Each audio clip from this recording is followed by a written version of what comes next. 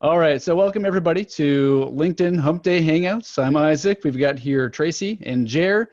We're going to go through some questions. We always give priority to everybody who's live here.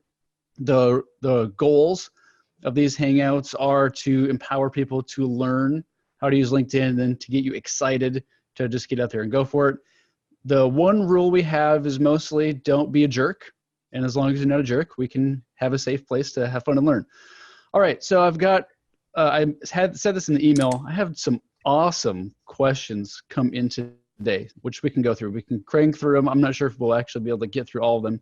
But like I said, priority goes to live people. Do you guys want to ask any questions? You can share your screen too. Tracy, do you want to anything about events? Well, you shared some fantastic information with me yesterday that I had not seen. And so I went and put my name on the list to hopefully be able to create events on LinkedIn, which is a really exciting thing because I think for me, the thing that's sort of the next step that I'm hoping from LinkedIn is more community building, where we have like groups of people that we're able to cultivate. So that's exciting. For sure. Hoping I can get in on time to add the Digital First Midwest Conference onto it. For sure. Fingers crossed.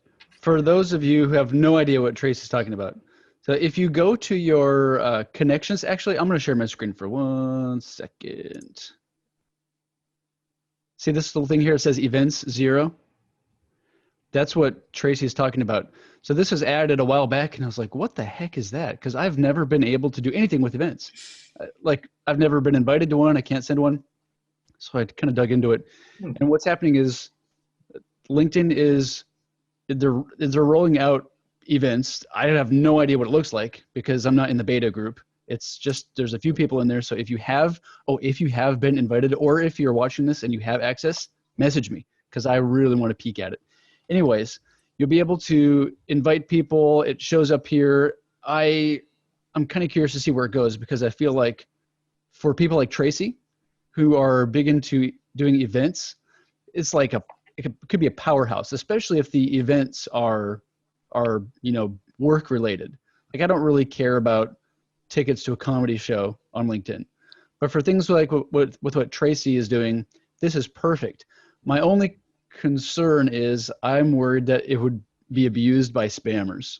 Come join my webinar, and they just constantly send it out and kind of like people do on everywhere else. So that's my only concern, and I'm sure that's LinkedIn's concern, which is why they're just rolling it out to a small group of people. Anyways, there is, if you go to Google and you just do like, LinkedIn event, invite to invites, if you kind of poke around in here through their documentation, you'll be able to find a form. Just click through these guys. You'll be able to find a form to request to join, which is what Tracy was talking about. And LinkedIn's not awesome about customer support at all, unless you pay for sales nav and you do the chat. So they're notoriously awful for support. Whatever. I guess people still use it, so it is what it is. Anyways, you can do the submit, and then hopefully, if that's your jam with events, you can get early access. Awesome. Tracy, what are your thoughts on, you said a little bit, what are any top of mind thoughts about where that could go, how it could help your company? I think it's just one more platform of audiences. I use LinkedIn as my primary business networking site. I don't use Facebook. I don't use Instagram. I'm an event coordinator. I do business to business function. And so being on LinkedIn for me is where all of my active network is. And so it makes so much sense to me to have the tool in that place. Yeah.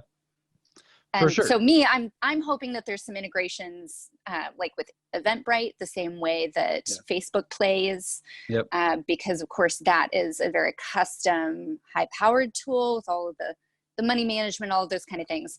So ideally, it would have some integrations too. But sure. You'll have to pay probably an arm and a leg for those integrations. I'm sure. LinkedIn's not very good about integrations. Like, not to bag on LinkedIn, but I think that even with LinkedIn Live, you have to use a third-party tool for that, So I think that expectations with events is probably going to start kind of like, that's cool, has potential.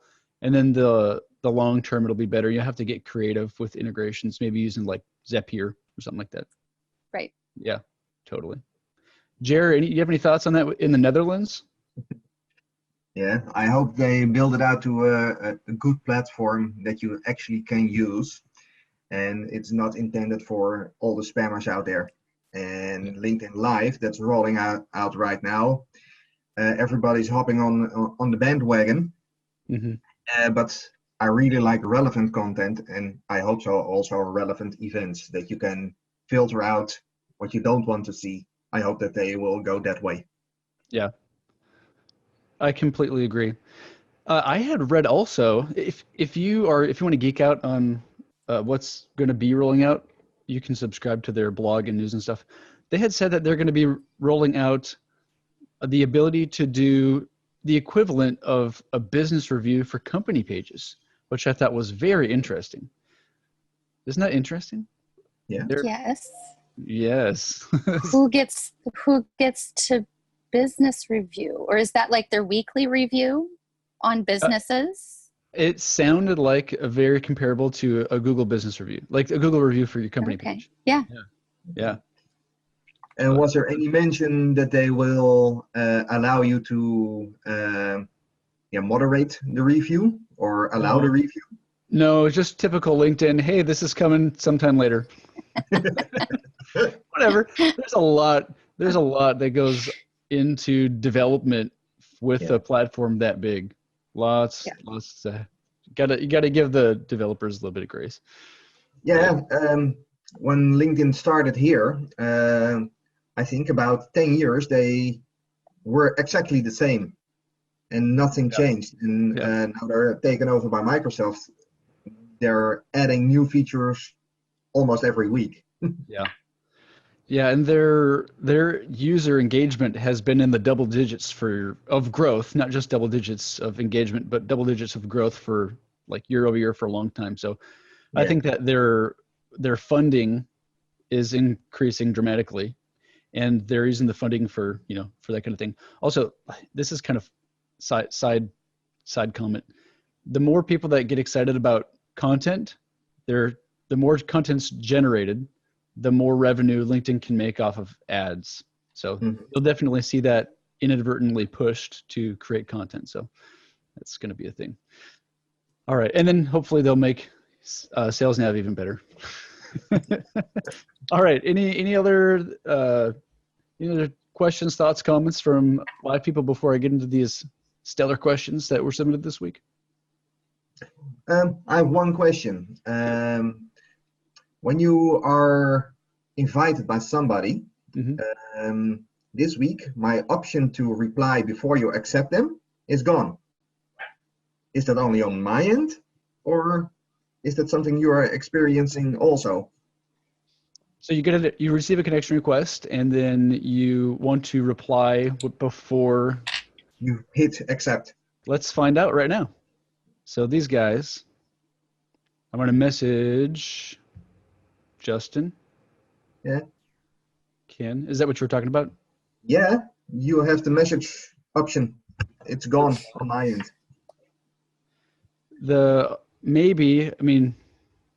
I doubt all of these guys have open profiles. Let's just find out real quick. Do you know what an open profile is, Tracy? Yes. Okay, cool.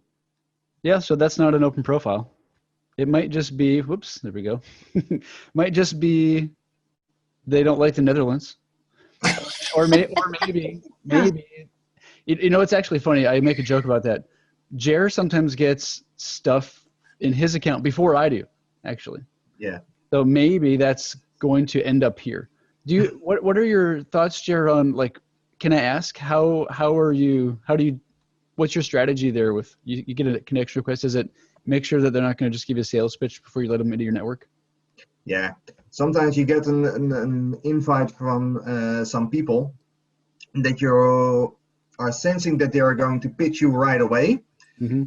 But I find it polite if they took the effort of sending you a normal connection request with some contact information and why they want to contact you, and that you reply.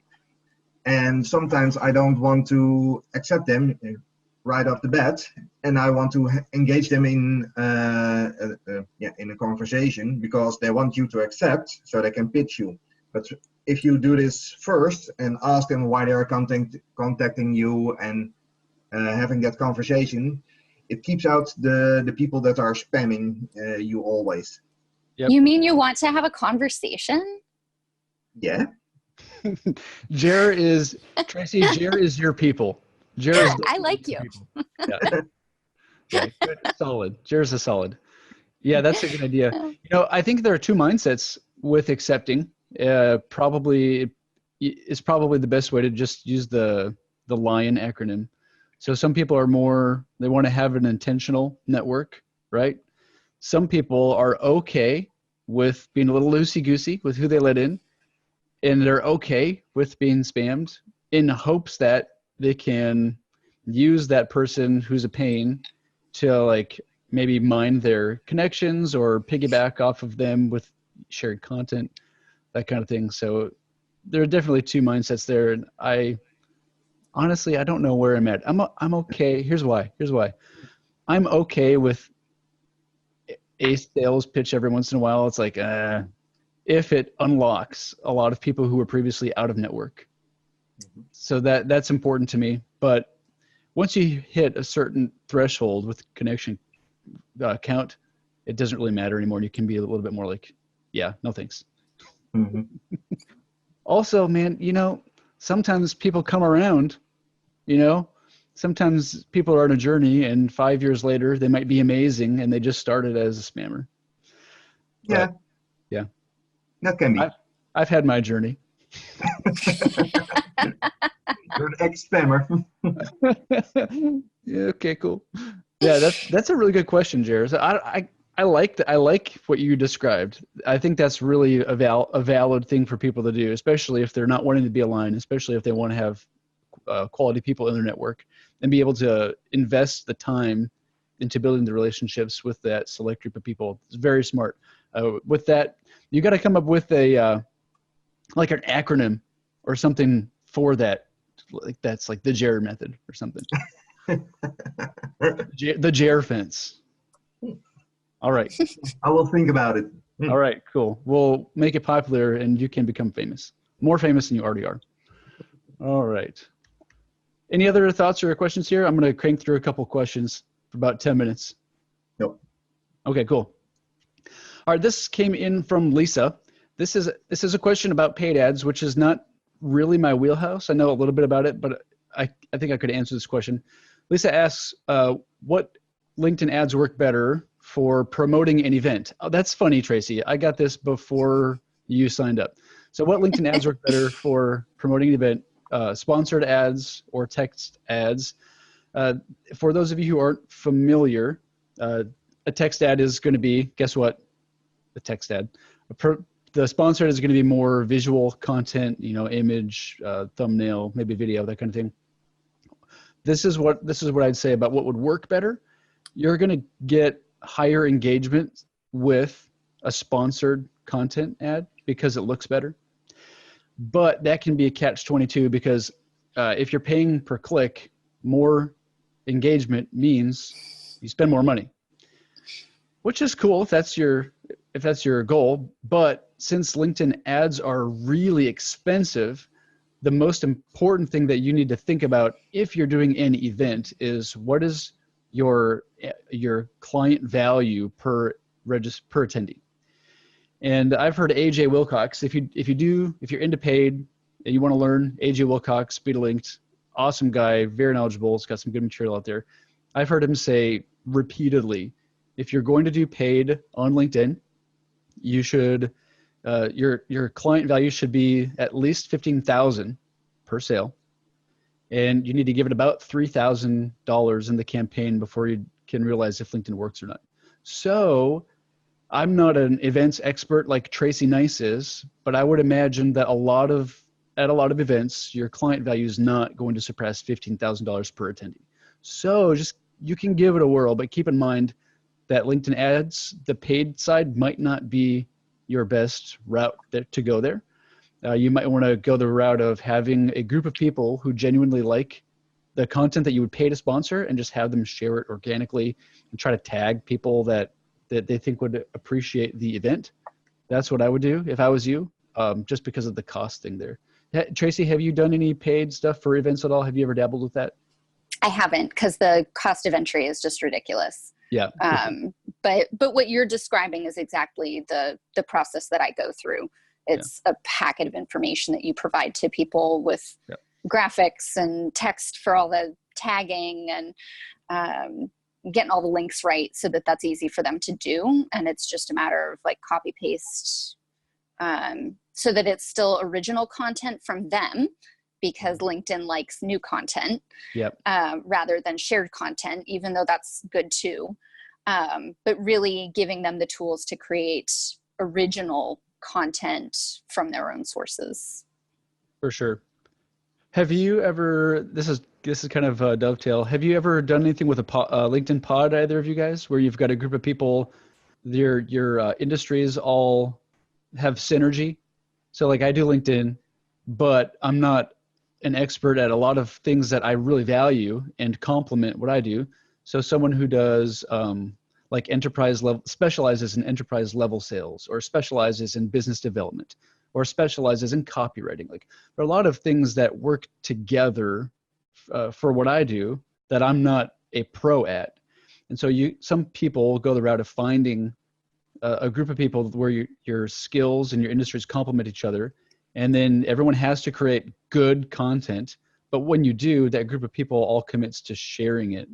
So like Tracy posted, or Isaac or Jared posted, and those guys all share it. So their network gets it, and it tends to trend a little bit better.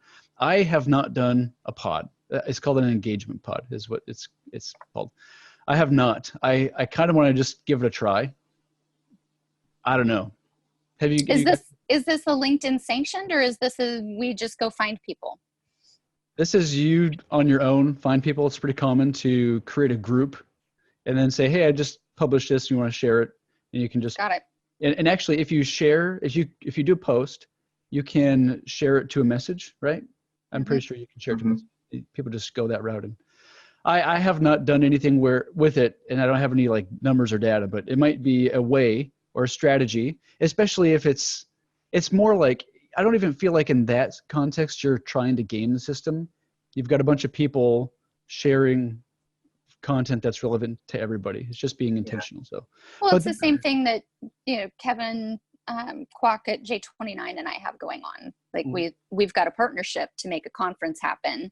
So not only am I going to like and share the conference material that comes out, but I'm going to like and share his content. He's going to like and share my content, because we're in for each other. Yeah, for sure.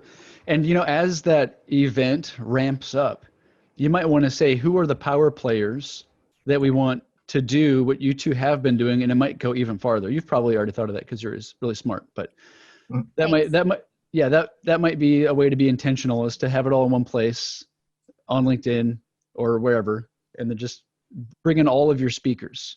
That's what we did for we've got all our speakers and all of our sponsors on it. Cool. And so there's sharing unique content that you provided in a Google Doc, and then they rewrite it. There's that, but there's also, you have one person sharing it and then everybody else engaging with it instead of doing it on their own. So there's two different routes you could go there. And we're doing both. Good. Yeah. You're super smart. Tracy's your people. Yeah.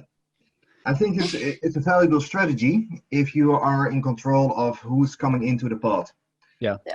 If you don't have control of who is entering, and the rule is that you have to like and share everything that's posted in there, you are watering down your own brand, because if the baker from the corner is in that pod and you have to like his bagels, right?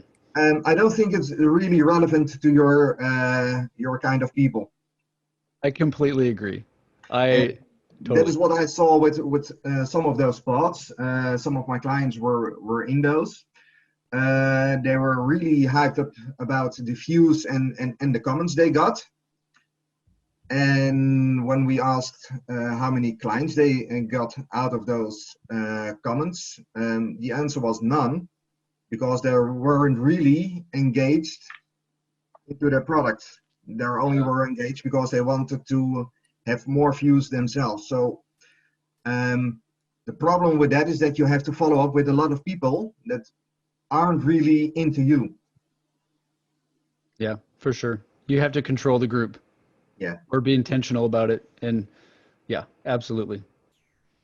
It's kind of like, I don't know if you guys have this in the Netherlands, Jared, but like here we have local networking events like BNI and Yeah. RLI, that kind of thing, where there's one seat per industry, and they want to be intentional about who they let in for referrals and shares. It's the same kind of thing. It's just mirroring the strategy virtually.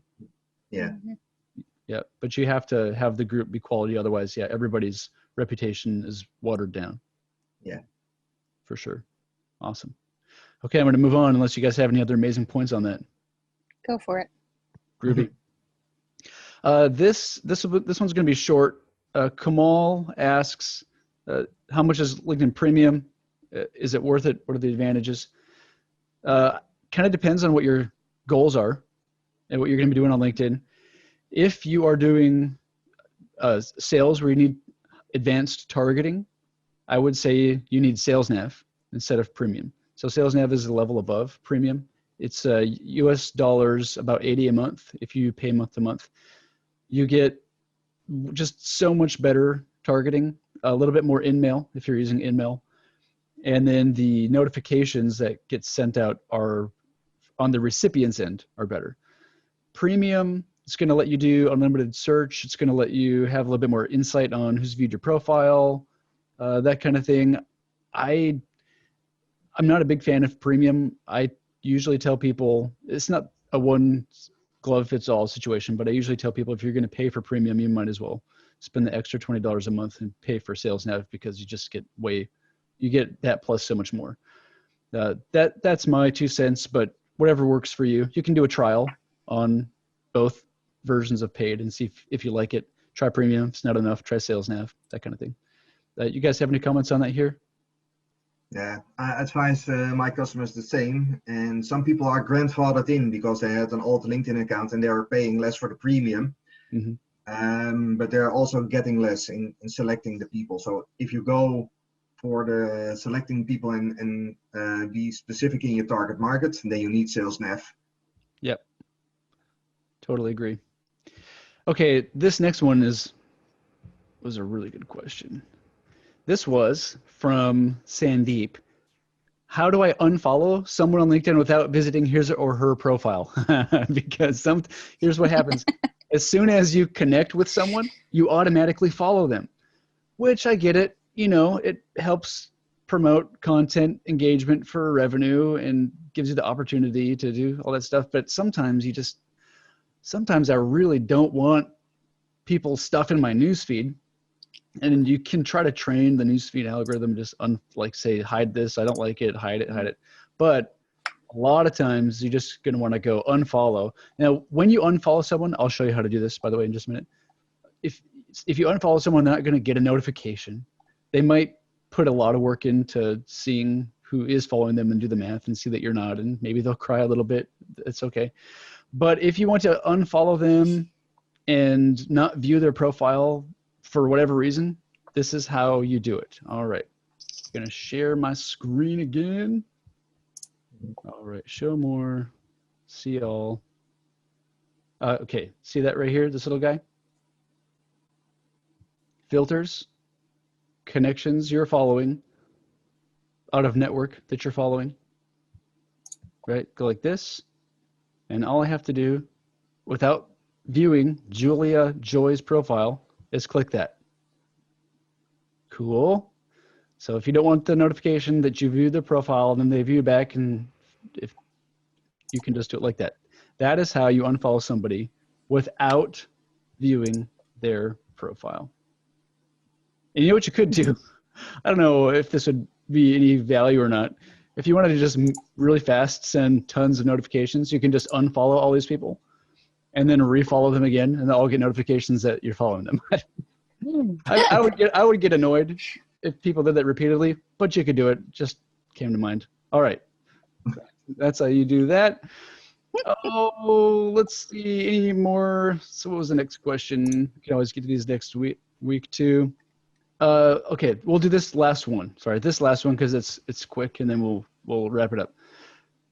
Karen asks, is there a way to stop LinkedIn from telling someone that you viewed their profile? The answer to that question is you cannot stop LinkedIn from telling them that you viewed their profile. That's in their account settings. But you can stop LinkedIn from telling them that it was you. So you can go into your account settings, and then you can choose your profile viewing. I'll just do that really super duper fast. Y'all here probably have done that, but for the people who have not. All right, so you could go to your account settings, how others see, and then go to anonymous, or you could choose this guy here where it's kind of just a description. Then you could view someone's profile, and you can't stop LinkedIn from saying that someone viewed the profile or getting an email notification that someone did, but you can hide that it was you. You could also view their profile while not logged into LinkedIn. So maybe you'd go like this. Actually that won't work because I'd have to be in incognito. Never mind. Move over. So you could just open an incognito window, Google their name, and their company, find their public profile and view it while not logged in. That would also, you could view the profile, and there's no way that LinkedIn has your info to tell them. So accomplishes the same thing. Incognito, though, you won't get as much info since it's their public profile. All right. I think that's all we have time for today, as we're about at the 30-minute mark. You guys want to toss anything in here before we say our goodbyes? Nope. All right, cool. Tracy, good to see you. Thank you. Jer, thanks for hopping on. I always appreciate having you here. You're welcome. All right, we'll see you guys later. Thanks for being here. Bye-bye.